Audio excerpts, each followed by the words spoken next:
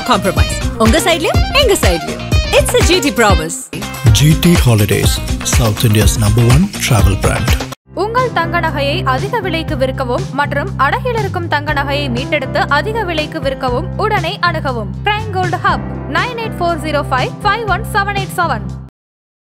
TVK உடைய கொள்கைகள் என்னன்றது உங்களுக்கு தெரிஞ்ச வரைக்கும் நிறைய எதிர்க்கட்சிகள் கொள்கையே கிடையாது, கொள்கையற்றவர்கள், இவங்க வெறும் சும்மா ஒரு ரசிகர் மனப்பான்மையில குறிப்பா சொல்லணும்னா இவங்க கொள்கை கூட்டம் இல்ல குரங்கு கூட்டம்னு கூட ஒரு விமர்சனம் இருக்காங்க. அது சொன்ன எல்லாருக்கும் நன்றி. முதல்ல ஒவ்வொரு இடங்களும் செல்லும் பொழுது அந்த நடிகர் பிம்பத்திலே பாத்துக்கிட்டு இருக்காங்கன்றாங்க. சார் இதை யார் சொல்லுவாங்கன்னா விஜய் அண்ணாவை பத்தி முழுசா புரிஞ்சுக்காதவங்க சொல்லுவாங்க. சார் 2002 அவங்க ஒரு நல்லது செஞ்சிருந்தாங்க, உங்களுக்கு தெரியுமான்னு தெரியல. விஜயகாந்த் ஐயவை நாங்க எடுத்துப்போம், அவர் நல்ல மனுஷன், ஓகேங்களா? அவர் எப்படி குறைச்சாங்களோ அதே மாதிரி எங்க அண்ணனையும் குறைக்க பாக்குறாங்க. நாங்க அரணா எங்க தம்பிகள், அண்ணனோட தம்பிகள் இருக்கோம், நாங்கள் விர்ச்சுவல் வாரியர்ஸ்னு சொல்லிட்டு அண்ணனுக்கு தம்பியா ஒரு படையா நாங்க நிற்போம். சார் ஜாதி ரீதியா தான் தலைவர்களையே தேர்ந்தெடுத்திருக்காங்க அப்படின்னு இல்ல விஜய் அப்படி யோசிக்க கூடியவரா? இல்ல சார், அப்படிலாம் கிடையாது. அதாவது பிறப்புக்கும் எல்லா உயிருக்கும் சொல்லிட்டு இது மாதிரிலாம் பண்ண மாட்டாங்க. அதாவது ஒருத்தவங்களை குறை சொல்லணும்னா, 5 நாளைக்கு முன்னாடி அவர் ஜோசப் விஜய்னு சொல்லி ஒரு கிறிஸ்டினா சொன்னாரு. இப்போ சீமான் அண்ணா கிறிஸ்டின்னா விஜய்க்கு ஓட்டு போடுங்க, தமிழனா எனக்கு ஓட்டு போடுங்கன்றாங்க. நாங்க கிறிஸ்டின், இஸ்லாம், இந்து நாங்க பார்க்கல. அஜித் அவர்களுக்கும் அஜித் ரசிகர்கள் அவர்களுக்கும் என்ன உங்களுக்கு ஒரு இணக்கம்? 2015 வெள்ளம் வந்துச்சு, ஃப்ளட். இப்போ நாங்க இறங்கி வேலை செய்யறோம் சார், விஜய் மக்கள் இயக்கத்தை இறங்கி வேலை செய்யறோம். அப்போ அஜித் அண்ணா அவங்க மக்கள் இயக்கத்தை நற்பணி மன்றத்தை கலச்சிட்டாங்க. எங்க கூட சேர்ந்து சார் எனக்கு தெரிஞ்சு நான் சொல்றேன், 80-90 பேர் அதாவது அஜித் ரசிகர்கள் சார் இறங்கி அவங்க வேலை செஞ்சாங்க. 2 பேர் கை கோத்து தான் நாங்க வேலையை பார்த்தோம். இன்னைக்கு அஜித்தை தூக்கி வச்சு கொண்டாடுறாங்க என்ன அனைவருமே அவங்க முதுகுல குத்துனவங்க தான். அதான் அஜித் அண்ணா இப்போ சொல்லியிருப்பாங்க, என்ன தமிழர் இல்லைன்றாங்க. எங்களை பொறுத்த வரைக்கும் அவங்க எங்க அண்ணன், ஓகேங்களா? எனக்கு விஜய் அண்ணா எந்த அளவுக்கு பிடிக்குமோ அதே அளவுக்கு அஜித் அண்ணாவும் பிடிக்கும். ஆதன் சினிமாவில் அனைவருக்கும் ஒரு பெரிய வணக்கம் அண்ட் வெல்கம் டு ஷோ. இன்னைக்கு என் கூட டிவிகேல இருந்து ஒரு வாரியர் தான் வந்திருக்காரு அப்படின்னு தான் இன்ட்ரோ கொடுக்கணும்னு நினைக்கிறேன். பாண்டியன் அவர்கள் நிறைய விஷயங்கள் பேச போகிறோம், நிறைய சந்தேகங்களுக்கு பதில் கொடுக்கவும் வந்திருக்காரு. எங்கேருந்து இன்ட்ரோ கொடுக்கணும்னா ஒரு டீட்டெயிலிங் எனக்கு ரொம்ப பிடிச்சிருக்குன்னு நினைக்கிறேன். ஏன்னா அதுக்கான ஒரு ஹோம்ஒர்க்னு ஒன்று இருக்குல்ல, ஸோ அது சார்ந்த நிறைய விஷயங்கள் பார்க்கும் பொழுது நிறைய விஷயங்கள் பேச போகிறோம்னு நினைக்கிறேன். வணக்கம் பிரதர். வணக்கம் முரளி, எப்படி இருக்கீங்க? நல்லா இருக்கேன் சார், நீங்கள் எப்படி இருக்கீங்க? நல்லா இருக்கும், முரளினே கூப்பிடலாம். Okay, thank you.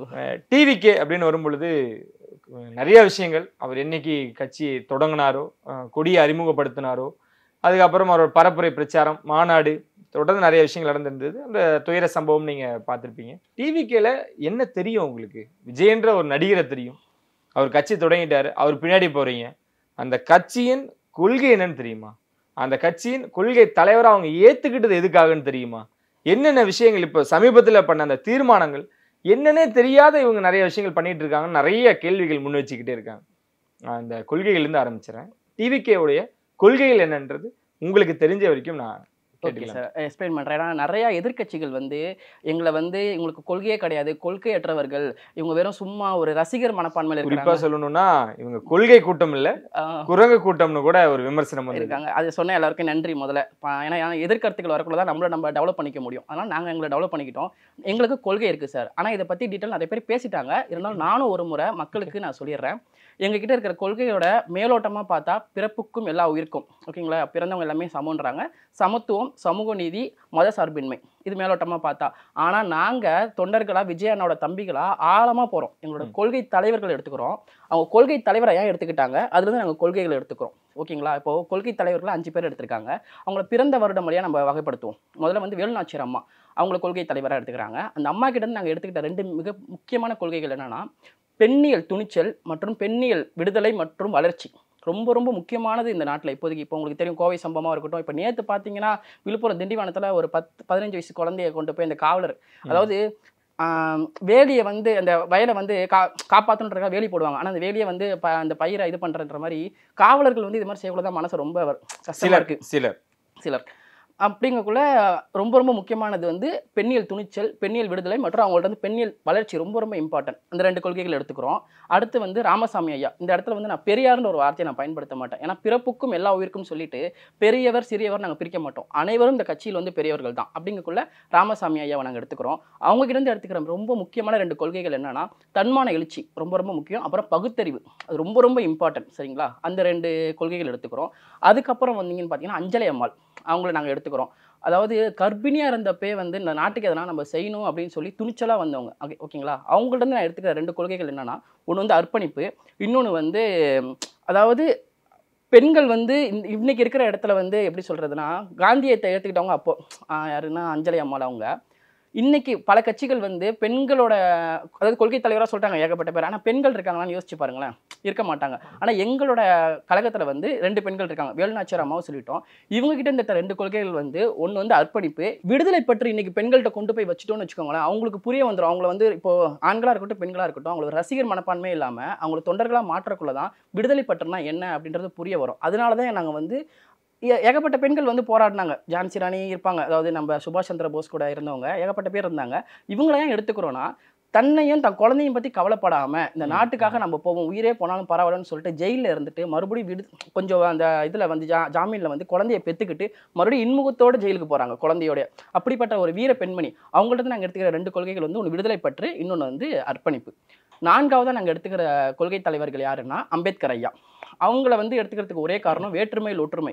இன்னைக்கு சில கட்சிகள் இருக்காங்க, ஆளுங்கட்சிகள் மத சார்பின்மை, அதாவது இந்துத்துவத்தை கொண்டு வராங்க. ஆனால் நாங்கள் அப்படி கிடையாது. இந்த கட்சியில் இந்த கழகத்தில் ஜாதி ரீதியாவோ மத ரீதியாவோ பாலின வேறுபாடின்றி அனைவரும் தமிழர்களாக வாழ்வோம், அனைவரும் மனிதர்களாக வாழ்வோம். அதனால் அவங்கள்ட்ட எடுத்துக்கிற 2 கொள்கைகள் வந்து வேற்றுமையில் ஒற்றுமை ஒன்று, இன்னொன்று வந்து அடிமையின்மை. அதாவது அடிமை இந்த தமிழகமாக இருக்கட்டும் இல்லை இந்தியாவாக இருக்கட்டும் யாருமே அடிமை கிடையாது, அனைவரும் இங்கே வாழும் குடிமக்கள் தான். சரிங்களா? இப்போ 5ஆவதாக நாங்கள் எடுத்துக்கிற கொள்கை தலைவர்கள் வந்து எங்களுக்கு ரொம்ப ரொம்ப பிடிச்ச ஒரு விஷயம், எங்களுக்கு படிப்பறிவை கொடுத்தவங்க காமராஜர் ஐயா. அவங்கள்ட்ட நான் எடுத்துக்கிற 2 கொள்கைகள் வந்து கல்வியல் மற்றும் தொழிலியல். இந்த கல்வியிலே வந்து விளையாட்டுத்துறையும் வந்துடும். அதாவது கல்வின்றது வேறு படிப்பறிவு மட்டும் இருக்காது, விளையாட்டுத்துறையில் நம்ம எந்த அளவுக்கு முன்னேறணுன்றதை அவங்கள்ட்ட 2 கொள்கையை எடுத்துக்கிறோம்.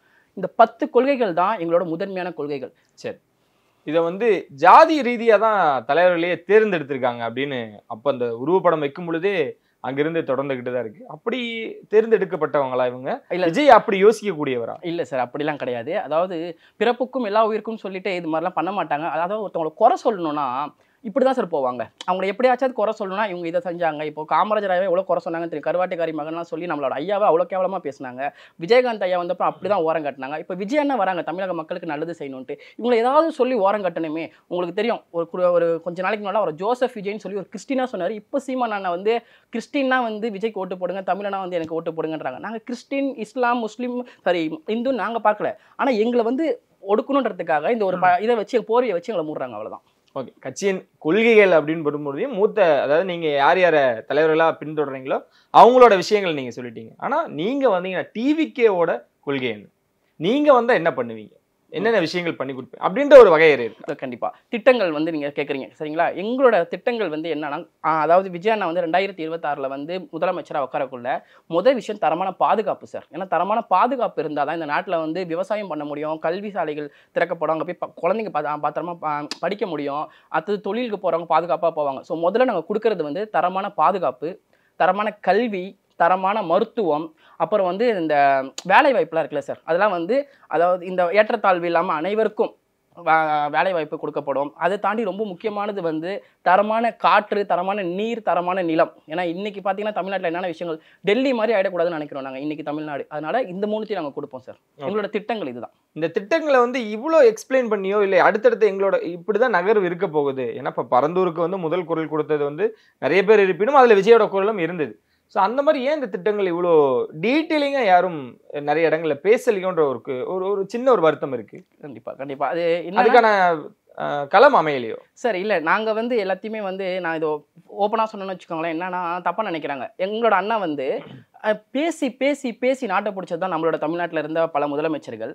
அப்படி பேச்சில் காட்டினவங்க செயலில் காட்டல. ஆனால் எங்கள் அண்ணன் வந்து உங்களுக்கு தெரியும், இந்த சம்பவத்திலே வந்து 1 மாதம் அவங்க சைலண்டாக தான் இருந்தாங்க, அமைதியாக இருந்தாங்க. அப்பயும் அவங்க ஏகப்பட்ட விமர்சனங்கள், ஏகப்பட்ட குறைகள் சொன்னாங்க. ஆனால் உண்மை என்னன்னு அந்த அவரே சொல்லியிருப்பாங்க, நீதி வெல்லுன்னு இருக்காங்க. கண்டிப்பாக சிபிஐ வந்து உண்மையை கண்டறியும்.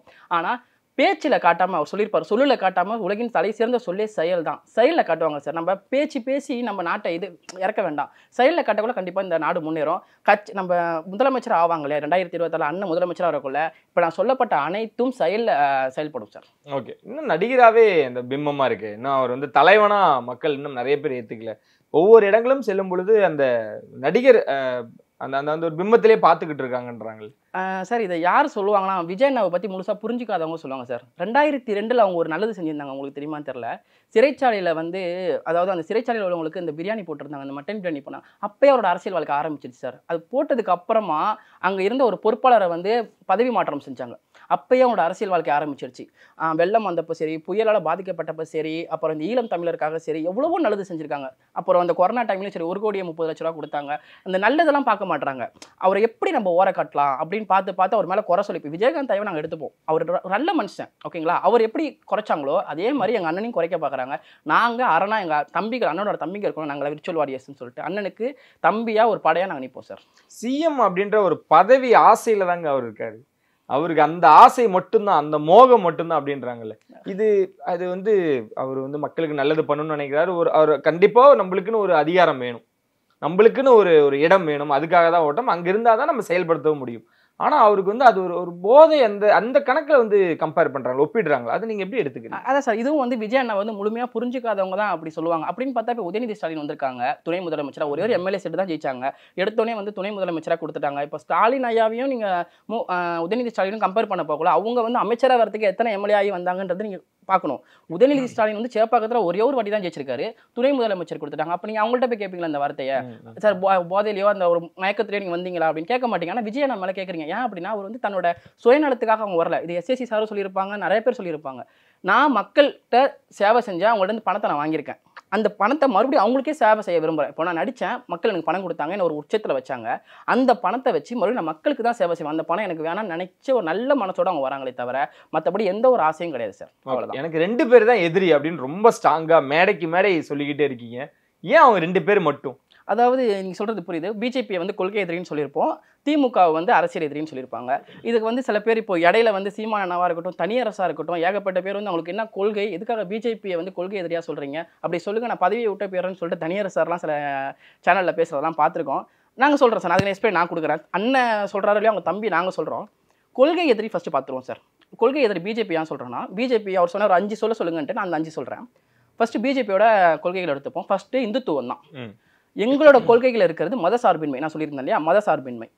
இந்தியான்றது ஒரு நாடு கிடையாது சார், மாநிலங்களின் கூட்டமைப்பு. இங்கே வந்து மதம்ன்றது இந்த இந்தியா நாடே மத சார்பற்ற நாடு தான். இங்கே வந்து நீங்கள் ஒரு மதத்தை கையில் வச்சுக்கிட்டு அரசியல் பண்ண நினச்சா அது என்றைக்குமே செட் ஆகும் சார். ஏன்னா அது இந்து மதத்தில் உள்ளவங்களுக்கு ஓகே, இப்போ இஸ்லாம் மதத்தில் உள்ளவங்களுக்கு கொஞ்சம் மனக்காயம் ஏற்படும்ல. அப்படி பார்க்காம மத சார்பு இல்லாமல் அனைத்து மதங்களும் இணையாக இருக்கணும், அனைவருக்கும் சம உரிமை இருக்கணும், அப்படி தானே பார்க்கணும். அப்போ அவங்க இந்துத்துவத்தை எடுக்கிறாங்க, நாங்கள் அதுக்கு ஆப்போனண்ட்டாக மத சார்பின்மையை எடுக்கிறோம். செகண்ட் வந்து அவங்க வந்து வலதுசாரி பழமைவாதம், நாங்கள் வந்து இடதுசாரி புதுமைத்துவம் நவீனத்துவம். நவீனமாக கொண்டு போகணுன்றது தான் எங்களோட இது. பழமையிலே இருக்க வேண்டாம், அந்த மன்னராட்சி, இதை இன்னும் சிம்பிளாக சொன்னால் மன்னராட்சின்னு சொல்லுவாங்க. எங்களுக்கு மன்னராட்சி வேணாம், மக்களுக்கான ஆட்சி. அது இல்லாமல் வாரிசு அரசியல் எங்களுக்கு வேண்டாம். எங்கள் தலைவர் இப்போ விஜயண்ணா இருக்காருங்களா, விஜயண்ணாக்கு அப்புறம் அவங்க பையன் எங்களுக்கு வர வேண்டாம். இந்த கழகத்தில் நல்லா உழைச்சி எத்தனையோ பேர் இருக்காங்க சார். அதாவது முகம் மீடியாவில் தெரியாமல் எத்தனையோ பேர் உழைச்சிட்டு இருக்காங்க இப்பயும். அவங்க வருவாங்க. இந்த வாரிசு அரசியல், இந்த மன்னராட்சி எங்களுக்கு வேணாம் சார். இந்த பழமைவாதத்தில் புதுமைத்துவத்தில் நாங்கள் போகிறோம். அது வாய்ப்பு இருக்கா? அதுக்கு சாத்தியமா? கண்டிப்பா சாத்தியம் சார். இப்போ விஜய் அவர்கள் அது விரும்ப மாட்டார், தன்னோட மகன் தான் அடுத்து வரணும் அப்படின்றது. கண்டிப்பா இப்ப சொல்றது பிற்காலத்துல வரைக்கும் பேசப்படுமா, அதுக்காக கேட்கறேன் சார். இதை எஸ்எஸ்சியே வந்து சார் சொல்லியிருப்பாங்க, சந்திரசேகர் சார் சொல்லியிருப்பாரு, நாங்கள் வாரிசு அரசியல் நாங்கள் கொண்டு வர மாட்டோம் அப்படின்ட்டு. இது வந்து சத்தியமா சாத்தியமே இருக்காது. இப்போ அண்ணனுக்கு கூட இருந்து எவ்வளோ பேர் எவ்வளோ நாள் வந்து உழைச்சிருக்காங்க. எவ்வளோ இந்த கரூர் சம்பவத்திலேயே எவ்வளோ பேர் பேசிட்டு இருந்தோம், விர்ச்சுவல் வாரிஸ் படையில எவ்வளோ பேர் பேசிட்டு இருந்தாங்க. அண்ணன் அவங்க முதலமைச்சர்னா அடுத்து வந்து யார் நல்ல தலைமை பண்பு இருக்கோ அவங்க தான் வருவாங்க. ஸோ அதனால இந்த பழமைவாதம் வேண்டாம், நாங்கள் வந்து புதுமைத்துவத்தில் நாங்கள் இருக்கோம். ரெண்டாவதுங்களா, மூணாவது வந்து முதலாளித்துவத்தை அவங்க வச்சிருக்காங்க பிஜேபி. எங்களுக்கு வந்து தொழிலாளித்துவம் சார். இங்கே வந்து தொழிலாளித்துவம்னா முதலாளி நல்லா இருக்கணும், அவங்க கீழே வேலை செய்கிற, கீழேன்னு சொல்ல முடியாது, அவங்க கூட வேலை செய்கிற தொழிலாளி நல்லா இருக்கணும். அதுதான் எங்களோட கொள்கை. மூணாச்சுங்களா. நாலாவது வந்து ஒருங்கிணைந்த மனித நேயம் சொல்கிறாங்க பிஜேபி. அப்படின்னு பார்த்தீங்கன்னா மணிப்பூர் சம்பவம் என்ன சார், எவ்வளோ காயப்படுத்துச்சு நம்மளை. அந்த ஒரு பெண்களை வந்து அதாவது நம்ம நாட்டை வந்து பெண்ணோட ஒப்பிடுவோம், ஓகேங்களா, அம்மாவோட ஒப்பிடுவோம். அப்படிங்குள்ள ஒரு பெண்ணை அந்த அளவுக்கு நடத்துனப்போ இது வந்து இதான் சார் ஒருங்கிணைந்த மனிதத்துவம் கிடையாது. இந்த ஒருங்கிணைந்த மனித நேயம்ன்றது அவங்க கொள்கையில் வச்சிருக்காங்களே தவிர அது மாதிரி நடக்கல நாட்டில்.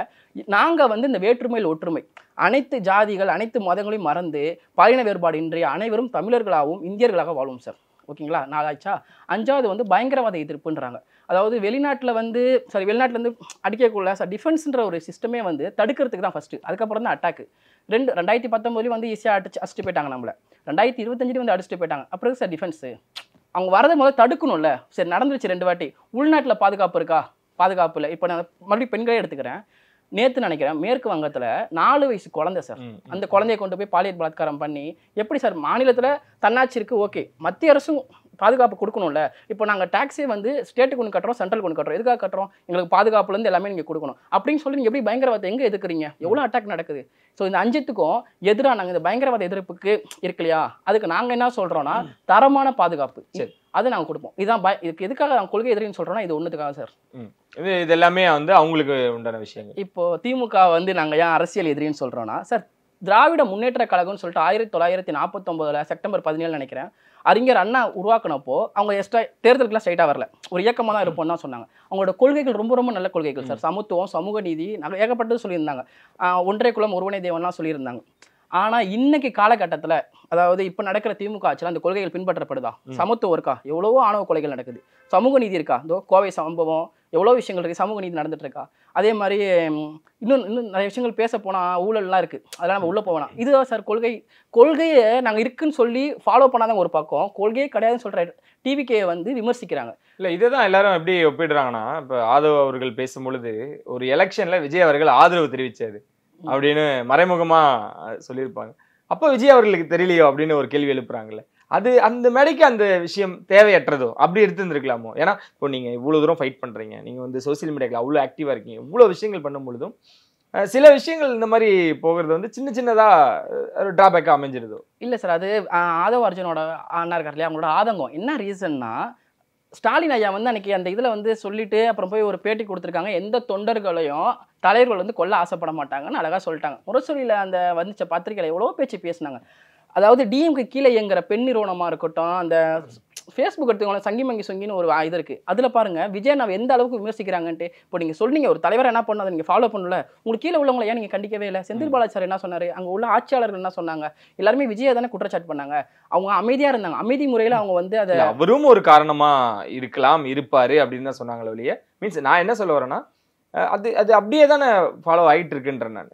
இப்போ இவ்வளவு விஷயங்கள் நடக்கும் பொழுது மேடையில பேசுறது ரொம்ப சென்சிட்டிவான விஷயம் இல்லை, அதுக்காக ஃபைட் பண்றதுக்கு உங்களுக்கு கொஞ்சம் இல்லை, எல்லாத்துக்குமே நம்ம ஃபைட் பண்ணுவோம். ஏன்னா இப்போ நீங்க இவ்வளவு தெளிவா பேசுறதுனால சில விஷயங்கள் தவறுன்னு தெரிஞ்சுமே நம்ம எப்படி அப்படின்ற ஒரு விஷயங்கள் இருக்குல்ல, அது சின்ன சின்ன ஒரு குறையா இருக்கும்ன்ற இருக்குது சார். புரியுது. பட் ஆனால் அவங்களோட ஆதங்கம், ஏன்னா அவங்க வந்து ஒரு 10 வருஷம், அந்த அவரே சொல்கிறாங்க 10 வருஷம் நான் இருந்திருக்கேன், நான் இருந்த கட்சியாக இது மாதிரி எங்களை வந்து இப்படி பண்ணுது முடக்க நினைக்குதுன்னு சொல்லிட்டு அவங்களோட ஆதங்கம். இப்போ வேற ஒருத்தவங்களா இருந்தால் அந்த மாதிரி பேசியிருக்க மாட்டாங்க. நான் சொல்கிறேன், நான் ஒரு வளர்ந்த வீட்டிலேருந்து நான் வந்திருக்கேன் வேற ஒரு வீட்டுக்குன்னா, என் வளர்ந்த வீடு என்ன அழிக்க பார்க்குதுன்னா நான் பேச தானே செய்வேன். அது மாதிரி ஆதவ அர்ஜுனா பேசுறது என்னை பொறுத்த வரைக்கும் அவர் சரிதான். என்ன அவங்க கோவத்தை அப்படி காட்டுறாங்க, அவ்வளோதான். அவர் அமைதியான ஆள் தான், பட் அவர் கோவத்தை அப்படி காட்டிட்டார். சமீபத்தில் அஜித் அவர்களுக்கும் அஜித் ரசிகர்கள் அவர்களுக்கும் என்ன உங்களுக்கு ஒரு இணக்கம், ஒரு சின்னதாக ஒரு எதிர்ப்பு கிளம்பின மாதிரி இருந்தது, அதுக்கப்புறம் பார்த்தா ரொம்ப இணக்கமாக இருக்கீங்க, என்ன நடந்ததாங்க, என்ன நடக்குது? இல்லை சார், இது புதுசாக இருக்கு நீங்கள் சொல்கிறது. நாங்கள் எப்போவுமே வந்து ஒரு ஃப்ரெண்ட்ஸாக தான் இருப்போம். இதுக்கு நான் ஒரு படத்துலேயும் சொல்கிறேன், ஒரு வெள்ளம் வந்தப்பையும் சொல்கிறேன். 2014 வந்து ஜில்லா வீரம் படம் வந்துச்சு சரிங்களா. அப்போ வந்து கமெண்ட் வந்து கொடுக்குறாங்க, வேற்று ரசிகர்கள், அதாவது நடிகர்கள் கொண்ட ரசிகர்கள். அவங்க யாருன்னு நாங்கள் அப்புறம் தான் அனலைஸ் பண்ணி பார்த்தோம். தேட்டரில் எங்கள் தேட்டர்லேயே வந்துட்டு படம் வந்து இந்த படம் நல்லா இல்லை, அந்த படம் நல்லா இல்லைன்னு கூட 2 பேருக்குள்ள சண்டையை மூட்டி விட்டாங்க. அந்த பையனை போய் நாங்கள் பிடிச்சி விசாரிக்க கூட தான் தெரியுது அவர் ஒரு வேற்று நடிகரை சேர்ந்த ஒரு ரசிகன். அந்த பசங்களோட மைண்ட் செட் என்னன்னா, இவங்க 2 பேரும் சண்டை மூட்டி விட்டுறணும், ஒரு கலவரத்தை உண்டாக்கணும். இது எப்போவுமே நம்ம தமிழ்நாட்டில் நடக்கும். ஒரு கலவரத்தை உண்டாக்கணும்னா ஒரு ஜாதி கலவரத்தை உண்டாக்குவாங்க, மத கலவரத்தை உண்டாக்குவாங்க. அதே மாதிரி ரசிகருக்குள்ள ஒரு இதை உருவாக்குவாங்க, சண்டையை. இது வந்து ஒரு வேற்று நடிகரை கொண்ட ரசிகர்கள், ஓகேங்களா. இப்போ நாங்கள் ஒரு வெள்ளத்துக்கு கொண்டு வர பாருங்களேன். 2015 வெள்ளம் வந்துச்சு, ஃப்ளட். நமக்கு தெரியும் எவ்வளவோ அடி வாங்கணும். அப்போ நாங்கள் இறங்கி வேலை செய்கிறோம் சார், விஜய் மக்கள் இயக்கத்தை வந்து இறங்கி வேலை செய்கிறோம். அப்போ அஜித் அண்ணா வந்து அவங்க மக்கள் இயக்கத்தை நற்பணி மன்றத்தை கலைச்சிட்டாங்க. எங்கள் கூட சேர்ந்து சார், எனக்கு தெரிஞ்சு நான் சொல்கிறேன், ஒரு 80-90 பேர் அதாவது அஜித் ரசிகர்கள் சார் இறங்கி அவங்க வேலை செஞ்சாங்க. 2 பேர் கை கோத்து தான் நாங்கள் வேலையை பார்த்தோம் சரிங்களா. நாங்கள் என்றைக்குமே ஒற்றுமையாக தான் இருக்கோம். ஜல்லிக்கட்டு போராட்டமாக எடுத்துக்கோங்க, விஜய் ரசிகர் நாங்கள் 800 பேர் போயிருந்தோம், காலேஜிலேருந்து வெளியே இருந்து. எங்கள் கூட 1000க்கும் மேற்பட்ட வந்தவர் அஜித் ரசிகர்கள். நாங்கள் ஒற்றுமையாக இருக்கோம். ஆனால் அதை பிரிக்கணுன்றதுக்காக இப்போ சீமான் அண்ணா இருக்கட்டும், சாட்டை துரைமுருகனா இருக்கட்டும், என்னமா சொல்கிறாங்க, அதாவது எங்கள் அஜித் அண்ணா என்ன சொன்னாருன்னா, சீமான் அண்ணன் அவங்க ரசிகர்கள் தருதலைன்னாரு, என்னடா தலைன்றீங்க அப்படின்னு சொல்லிட்டு தருதலைன்னாரு, என்னடா கடவுள்னு சொல்றீங்கன்னு சொல்லிட்டு ரொம்ப கொச்சையா பேசியிருந்தாரு ஒரு மேடையில. அதே மாதிரி சாட்டை துரைமுருகனும் பேசியிருந்தாங்க. ஆனா இப்போ என்னன்னா, விஜய் அண்ணாவோட ஓட்டு கிடைக்காது, ஸோ நம்ம வந்து அஜித்தை கையில எடுத்துக்கலாம்னு சொல்லிட்டு தமிழ் தேசியம் பேசுறவங்களும் திராவிட மாடலும் இப்போ அஜித் அண்ணாவை இது கூட வச்சுக்க நினைக்கிறாங்க. ஆனால் அவங்க ரசிகர்களுக்கு நிச்சயம் தெரியும் நம்ம அண்ணனை எந்த அளவுக்கு. இப்போ உங்களுக்கு 2010 ஒரு சம்பவம் தெரியும், ஒரு மேடையில் பேசி ரஜினி சார் ஏஞ்சி கை தட்டினாங்க. அதுக்கப்புறம் பின்விளைவு எந்த அளவுக்கு மோசமாக இருந்துச்சு அப்படின்றது அஜித் அண்ணா ரசிகர்கள் தெரியும். இன்னைக்கு அஜித்தை தூக்கி வச்சு கொண்டாடுறாங்க என்ன அனைவருமே அவங்க முதுகுல குத்துனவங்க தான். அதான் அஜித் அண்ணா இப்போ சொல்லியிருப்பாங்க, என்ன தமிழர் இல்லைன்றாங்க. எங்களை பொறுத்த வரைக்கும் அவங்க எங்கள் அண்ணன் ஓகேங்களா. எங்களுக்கு விஜய் அண்ணா எந்த அளவுக்கு பிடிக்குமோ அதே அளவுக்கு அஜித் அண்ணாவும் பிடிக்கும். நாங்கள் என்றைக்குமே சண்டை போட்டதில்லை சார். ஆனால் 3வது மனுஷன் இப்போ சாட்டை துரைமுருகன் சொன்னார் அன்னைக்கு தூத்துக்குடி சம்பவத்தப்போ அஜித் அண்ணா போனப்போ ரொம்ப ஒழுக்கமாக நடந்துக்கிட்டாங்க. ஆனால் கரூரில் பாரு விஜய் ரசிகர்கள் எவ்வளோ மோசமாக நடந்துக்கிறாங்க. இப்படி உள்ள வந்து கொளுத்தி போடக்கூட தான் 2 பேர் சண்டை போட்டுக்கிறாங்க. இது மாதிரி ஆளால் தான் எங்களுக்கு கூட சண்டை வருது. நான் இப்போ அஜித் அண்ணா ரொம்ப ஒரு விஷயம் சொன்னாங்க, மனசு ரொம்ப காயப்பட்டுச்சு. நான் தமிழன் இல்லைன்னு நிறைய பேர் சொல்கிறாங்க. அது யார் சொல்கிறாங்கன்னு உங்களுக்கே தெரியும். நான் இப்போ சொல்லிட்டேன். அஜித் அண்ணா எங்களை பொறுத்த வரைக்கும் ஒரு தமிழர் தான் சார். அவர் ஹைதராபாத்தில் பிறந்திருந்தாலும் சரி அவர் தமிழர் தான். ஏன்னா தமிழ்நாட்டில் பிறந்தா மட்டும் தான் தமிழன் இருக்க மாட்டாங்க. தமிழை தான் உயிராக நினச்சி இந்த நாட்டு மக்களுக்கு நல்லது செய்கிறவங்க எல்லாருமே தமிழர்கள் தான். அவங்க கார் ரேஸில் போய் தமிழ்நாட்டுக்கும் இந்தியாவுக்கும் பெருமை தேடி தரணும்னு சொல்லிட்டு போய் அங்கே நிற்கிறாங்க. ஆனால் அவர்களை தமிழன் கிடையாதுன்னு சொல்கிறவங்களாம் நான் ஏற்றுக்கவே மாட்டோம் சார். இவ்வளவு விஷயங்கள் இருக்கு. அவங்க ரசிகர்கள்ட்ட ஒரு ஆதரவு இருக்கா? இப்போ வரவு அப்படின்றது அதிகரிச்சிருக்கா அந்த இன்டர்வியூக்கு அப்புறம்? கண்டிப்பா சார். உங்களுக்கு ப்ரூஃப் வேணா ப்ரூஃப் காட்டுற மாதிரிலாம் என் ஃப்ரெண்டு வெங்கடேஷ்னு சொல்லிட்டு அவன் திருநெல்வேலியில் இருக்கான். அந்த பையன் எங்களுக்கு ஃபோன் பண்ணி பாண்டி நானும் அவர் அஜித் ரசிகர் உங்களுக்கு ப்ரூஃப் வேணா நான் காட்டுறேன். வேணுங்களா பாக்குறீங்களா? அவங்களோட உறுப்பினர் அட்டை காட்டுறேன் பாருங்க. சின்ன வயசுல இருந்து அஜித் ரசிகர் என் நண்பன். அவங்க வந்து இந்த டைம்ல நான் ஒரு அஜித் ரசிகனா இருந்தாலும் விஜய் அண்ணாக்காக நான் நிற்பேன். இந்த பாருங்க, இது வந்து அவங்களோட உறுப்பினர் அட்டை. இதை வந்து நீங்க கேமரால கூட காட்டுங்க. அந்த பையனை நீங்க போயிட்டு விசாரிச்சா கூட சொல்லுவோம். ஓகே, இது மாதிரி எண்ணற்ற பேர் வராங்க. எங்க அண்ணன் ஒரு அஜித் ரசிகர். எங்க அண்ணன் என் கூட பிறந்த அண்ணன் ஒரு அஜித் ரசிகர். அவங்க வந்து இப்போ விஜய் அண்ணாக்காக வந்து உறுப்பினர் ஆயிட்டாங்க. அதுவும் காட்டினா கூட அதையும் நான் காட்டுறேன். அவ்வளவு பேர் வராங்க சார். இதை பிரிக்கணும், இவங்க 2 பேரும் சேர விடக்கூடாது. சேர்ந்தா நம்ம வந்து ஆட்சிக்கு வர முடியும்னு நினைக்கிற ஒருத்தவங்களும் 8% ஓட் பேங்க் வந்து குறைஞ்சிருமோன்னு சொல்லி பயப்படுற இன்னொருத்தவங்களும் தான் எங்களுக்குள்ள ஒரு சண்டையை மூட்டுறாங்க. நாங்க என்னைக்குமே அண்ணன் தம்பியாவும் நண்பர்களும் ஒத்துமையாக தான் இருப்போம். அஜித் அண்ணாவும் விஜய் அண்ணாவும் இரு உடலா இருந்தாலும் ஒரு உயிர் சார். அதே மாதிரி அவங்க ரசிகர்களும் இரு உடலா இருந்தாலும் ஒரு உயிர் தான். நாங்க என்னைக்குமே ஒத்துமையா இருப்போம் சார். எனக்கு இந்த வார் ரூம் பத்தி தெரிஞ்சுக்கணும்னு விரும்புறேன். ஏன்னா சமீபமா டிவிக்கு வந்து வார் ரூம் ரொம்ப ஸ்ட்ரிக்டா ஃபாலோ பண்ணிக்கிட்டு இருக்காங்க. அங்க வந்து தீவிரமான விஷயங்கள் போய்கிட்டு இருக்கு. விஜய் நேரடி கண்காணிப்புல நிறைய விஷயங்கள் பண்ணிக்கிட்டு இருக்காங்க அப்படிலாம் சொல்றாங்க. நம்மளும் உள்ள இருக்கக்கூடிய சோர்ஸ் எல்லாம் நிறைய விஷயங்கள் கேட்கும் பொழுது ஆமா அப்படின்ற மாதிரியான விஷயங்கள் வருது. வார் ரூம் என்ன நடக்குது? எல்லா கட்சிகளும் வச்சுக்கக்கூடிய ஒரு விஷயம் தான். டிவிக்கேல வார் ரூம் எப்படி இயங்குது, என்ன நடக்குது சார்? முதல்ல வார் ரூம் அப்படின்றத வந்து என்ன மாதிரி ஒரு ரசிகராக வந்து தொண்டரா மாறவங்க எல்லாரும் தெரிஞ்சுக்கணும். வார் ரூம்ன்றது இப்போ அரசியல் கட்சியில கிடையாது. இதுக்கு முன்னாடி போர்க்காலத்தில் வந்து பயன்படுத்துவாங்க. எதுக்காகனா அந்த வார் ரூம்ல வந்து யார் இருப்பாங்கன்னா நிர்வாகிகள், தலை சிறந்த நிர்வாகிகள் இருப்பாங்க. அவங்களோட வேலை என்னன்னா வியூகம் அமைக்கிறது. இப்போ நம்ம இந்த போர்க்காலத்துக்கு போகிறோம், இங்கே இவ்வளோ பிரச்சனை இருக்கும், இங்கே வந்து கிளைமேட் இது மாதிரி காலநிலை எப்படி இருக்கும், இந்த இடத்துல நம்ம அட்டாக் பண்ணணும். அதோட முழக்கமே வந்து வெற்றி வெற்றி வெற்றி. இந்த 3 தான் அவங்க சொல்லிட்டு இருப்பாங்களே அந்த வார் ரூமில். தலை சிறந்த நிர்வாகிகள் இருப்பாங்க. வியூகம் அமைக்கிறது தான் இங்கேருந்து கற்றுக்கிட்டது தான் அரசியல் கட்சியிலையும். இந்த எலெக்ஷன் டைமில் வந்து வார் ரூம் அமைப்பாங்க. இது எதுக்காகனா ஒரு தொகுதியிலையும் என்ன மாதிரி நிலவரம் எப்படி நடக்குது. இப்போ எஸ்ஏஆர்லாம் வந்திருக்கலையா, இதனால் வந்து நம்மளோட ஓட் பேங்க் குறையுதா, நம்மளை சார்ந்த கட்சி ஆளுங்க அங்கே இருக்காங்களா, அங்கே எதனா பிரச்சனை இருக்கா, இப்போ ஜெயிச்ச எம்எல்ஏ என்னவா இருக்காங்க, அவங்களோட மதிப்பு கூடியிருக்கா குறைஞ்சிருக்கான்னு சொல்லிட்டு எல்லா வியூகங்களையும் அமைச்சு அடுத்து இப்போ வரப்போகிற எலெக்ஷனுக்கு அவங்க ஒரு வியூகத்தை மறுபடியும் ஒரு அமைச்சு இறங்குவாங்க சார். அதுதான் வார் ரூம்ன்றது. இது வந்து விஜய் டிவிகேல இருந்து ஒரு 80 பேரை அமைச்சிருக்காங்க. உண்மையிலே நல்ல விஷயம் சார். இது வந்து வெற்றியை நோக்கின ஒரு இதுக்காக வந்து இந்த வார் ரூம் எப்பவுமே அமைப்பாங்க சார். இந்த திட்டமிடல் தான் இப்போதைக்கு பயங்கரமா போய்கிட்டு. ஆமா சார். அடுத்த கட்ட பயணம் அப்படின்றது எப்படி எடுத்துக்கலாம்? அந்த பரப்புரை பிரச்சாரம் எப்படி கட்டமைக்க போறீங்க, எந்த மாதிரியான விஷயங்கள் மேற்கொள்ள போறீங்க? அதான் சார், இப்போ எஸ்ஓபின்னு சொல்லிட்டு சில நடைமுறையெல்லாம் வந்துருச்சு. மறுபடியும் நாங்கள் இறங்க தான் போகிறோம். இப்போ பொதுக்குழுலாம் நடந்து முடிஞ்சிச்சு. அதே சொல்லிட்டாங்க முதல்வர் வேட்பாளர் வந்து விஜய் அண்ணாவை சார்ந்து வரவங்க வந்து கூட்டணியில் அமைச்சிக்கலான் இருக்காங்க. பரப்புரை மட்டும் இன்னும் கட்சி மேலிடத்துலேருந்து இன்னும் வரல சார். கட்சி மேலிடத்துலேருந்து அனுமதி வந்தோன்னா நிச்சயம் அண்ணா வருவாங்க. முன்னாடியை விட ஒரு வீரியம் கொண்டு ஏதாவது சொல்லுவாங்க சார். ஒரு படத்தில் வந்து சிங்கத்துக்கு அடிபட்டிருந்தப்போ அதோட கர்ஜனையை விட மூச்சு வந்து ரொம்ப பயங்கரமாக இருக்கும், மூச்சோட குள்ளன்ட்டு இருப்பாங்க. அதே மாதிரி அடிப்பட்ட சிங்கம் மறுபடியும் நிமிர்ந்து வரும், நிச்சயம் ஜெயிக்கும் சார். இல்லை, அது துயர சம்பளத்திருந்த அவங்க குடும்பத்தாரை சந்திக்கிறதா இருக்கட்டும், அதுக்கப்புறம் கட்சியின் பொதுக்குழு கூட்டமா இருக்கட்டும், எல்லாமே சொகுசு ஹோட்டல்ல தான் திட்டமிடுறாங்க இல்லை சார் அப்படின்ற ஒரு விமர்சனம் வைக்கிறாங்க. அதுக்கான பதில் நாங்களும் நிறைய விஷயங்கள் பேசியிருக்கோம். ஸோ நீங்க சொல்லிட்டீங்கன்னா அது தெளிவா இருக்கும். ஓகே சார், இது விமர்சனம் நாங்கள் எப்பவுமே ஏற்றுப்போம். இப்போ கட்சி இடத்துலேருந்து கழகத்துல இருந்து அங்கே உள்ள நிறையா மண்டபத்தை கேட்டிருக்காங்க. அதை பற்றி நிறைய பேர் சொல்லிட்டாங்க. மண்டபத்தை கேட்டோம், காலைல ஓகே சொல்லிட்டாங்க, மாலையில் காசை ரிட்டர்ன் பண்ணிட்டாங்க.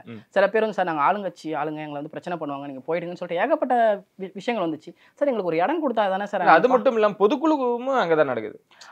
புரியுது சார். இப்போ என்னன்னா பர்மிஷன் தான் சார் எங்களுக்கு பிரச்சனை, ஒரு பாதுகாப்பு தான் சார் பிரச்சனை. இப்போ விஜய் அண்ணா வந்தாலே எத்தனை பேர் வருவாங்கன்னு உங்களுக்கு தெரியும். அந்த இடத்துல ஒரு பாதுகாப்பற்ற சூழ்நிலை நடந்துச்சுன்னா, இன்னொரு ஒரு பிரச்சனை வந்துருச்சுன்னா இந்த கட்சியை டோட்டலாக ஓரம் கட்டிடுவாங்க சார். இதை தான் வந்து மற்றவங்க எதிர்பார்க்குறாங்க. ஆனால் நாங்கள் இந்த இடத்துல கொஞ்சம் ஒரு புத்திசாலித்தனமாக எப்படி போகணுமோ, மக்கள்கிட்ட எங்களோட கொள்கையும் எங்களோட கோட்பாடும் எங்களோட கோணும் எல்லாமே மக்கள்கிட்ட போகணும்னா அது எப்படி பண்ணால் போவோம், அதுதான் நாங்கள் பார்க்குறோம். இப்போ நாங்கள் அன்றைக்கி பார்த்தீங்கன்னா டெலிவிஷனில் எல்லாம் போட்டிருந்தாங்க, மக்கள்கிட்ட ஸ்ட்ரைட்டாக போயிடுச்சு. நாங்கள் வந்து பொது இடத்துல தான் பண்ணணும்னு அவசியம் இல்லை. பட் இப்போதைக்கு பாதுகாப்பு இல்லை. இந்த பாதுகாப்பு அமைப்பு வந்ததுக்கப்புறம் அண்ணன் நிச்சயம் மக்கள்கிட்ட போவார். ஸோ ஃபைனலா இவ்வளோ விஷயங்கள், இவ்வளோ தெளிவு, இவ்வளோ விளக்கங்கள், இவ்வளோ கொள்கையில் இருக்கக்கூடிய விஷயங்கள்லாம் பேசினீங்க. இது எல்லா கடைகோடி தொண்டனுக்குமே போய்கிட்டு இருக்கா, சொல்லி கொடுத்துக்கிட்டு இருக்கீங்களா, அவங்க கேட்கறாங்களா, அந்த மனப்பான்மையில அவங்க இருக்காங்களா? ஓகே சார், இதை நான் இதுக்கும் பதில் சொல்லிடுறேன். அதாவது அண்ணன் தான் ஃபர்ஸ்ட் இதை சொல்றதுக்குன்னு சொல்லிட்டு தன்னோட ரசிகர்களை தொண்டர்களா மாற்றணுன்றதுக்காக தான் விர்ச்சுவல் வாரிசுன்னு சொல்லிட்டு அண்ணன் ஒரு வீடியோ விட்டுருப்பாரு. அந்த விர்ச்சுவல் வாரிசுங்கிறது இப்போ டிஜிட்டல் மீடியாவில் ஃபுல்லாக இயங்கிட்டு இருக்கு. நான் இந்த கட்சியில் கலந்து இந்த இதில் விர்ச்சுவல் வாரிசில் போய் இணைய போகல என்ன பார்த்தேன்னா, ரசிகர்கள் வந்து அப்படியே ரசிகர்களாக தான் இருக்காங்க. ஒரு சில பேர் தொண்டர்களாக மாறிட்டாங்க, ஒரு சில பேர் ரசிகர்களாக இருக்காங்க. நம்ம அண்ணனுக்கு என்ன பண்ணோம், தம்பியை நம்ம என்ன பண்ணணும்னு யோசிச்சப்போ தான் சரி விஜய் படைன்னு ஒன்று உருவாக்குவோம். அதாவது விர்ச்சுவல் வாரியஸில் ரசிகர்களாக இருக்கிறவங்கள தொண்டர்களாக மாற்றுவோம். அது வந்து நாங்கள் மீடியாவை நம்பி தான் வந்திருக்கோம். இப்போ துண்டு பிரசாரமாக இருக்கட்டும், இல்லை மீடியாவில் பேசுகிறதா இருக்கட்டும், இந்த ரசிகர்களை தொண்டர்களாக மாற்றுவோம். அதுக்கு விஜய் படைன்னு அவங்க ஆரம்பிச்சிருக்கோம்.